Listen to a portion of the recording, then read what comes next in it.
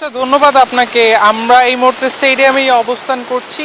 গতকালকে যে ম্যাচ ছিল সেই ম্যাচের পর কিন্তু আজকে বাংলাদেশ দলের কোনো ট্রেনিং সেশন নেই। এরপর আমরা জানতে পেরেছি বেশ কয়েকজন ক্রিকেটার ব্যাটিং অনুশীলন করছে ইনডোরে। ওয়েস্ট ইন্ডিজ দলের 12টা নাগাদ স্টেডিয়ামে আসার কথা রয়েছে, তারা সেখানে প্র্যাকটিস করবেন, যদিও তাদেরও সেটা ঐচ্ছিক অনুশীলন, কিন্তু হচ্ছে যে সেই জায়গাটায় পুরো দলই আসার কথা রয়েছে।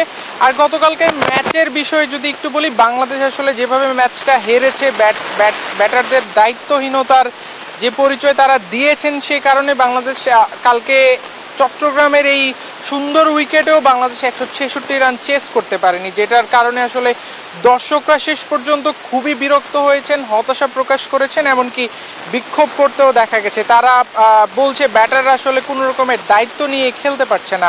অধিনায়ক লিটন দাস থেকে শুরু করে প্রায় প্রত্যেক টপ অর্ডার ব্যাটাররাই কিন্তু কালকে ব্যর্থ হয়েছে। আমি যদি ছোট্ট একটা নাম্বার আপনাদেরকে জানাই, শেষ দিকের ব্যাটাররা মিলে কালকে বাংলাদেশের হয়ে 80 রান যোগ করেছে স্কোরবোর্ডে, আর বাংলাদেশের টপ অর্ডার ও মিডল অর্ডার ব্যাটাররা মাত্র 69 রান যোগ করতে পেরেছে। বাংলাদেশের টপ অর্ডার এবং মিডল অর্ডার ব্যাটাররা কিন্তু গতকালকে 100 রানের আগেই তার প্যাভিলিয়নের চলে যায়। শেষ দিকে তানজিম সাকিব ও নাসুম আহমেদ মিলে কিন্তু বাংলাদেশের ম্যাচটাকে এগিয়ে নিয়ে যাওয়ার জন্য চেষ্টা করেছে, যদিও শেষ পর্যন্ত বাংলাদেশের ফলাফল বাংলাদেশের বিপক্ষে যায়। বাংলাদেশ 16 রানে ম্যাচটি হারে। এই ম্যাচ হারের পর দর্শকদের মধ্যে আমরা মিশ্র প্রতিক্রিয়া দেখতে পেয়েছি। কেউ কেউ চরম হতাশা প্রকাশ করেছেন, সেই সঙ্গে কেউ কেউ আশা করছেন যে বাংলাদেশ দ্বিতীয় ম্যাচে ঘুরে দাঁড়াবে এবং সিরিজটা খুব ভালোভাবে জিতবে।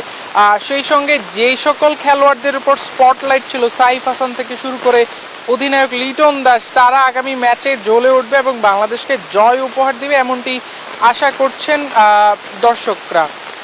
এছাড়াও আমি যদি বলি, বাংলাদেশের বোলাররা কিন্তু কালকে চমৎকার বোলিং করেছিল, কিন্তু শেষ দিকে তারা সেই মোমেন্টামটা ধরে রাখতে পারেনি।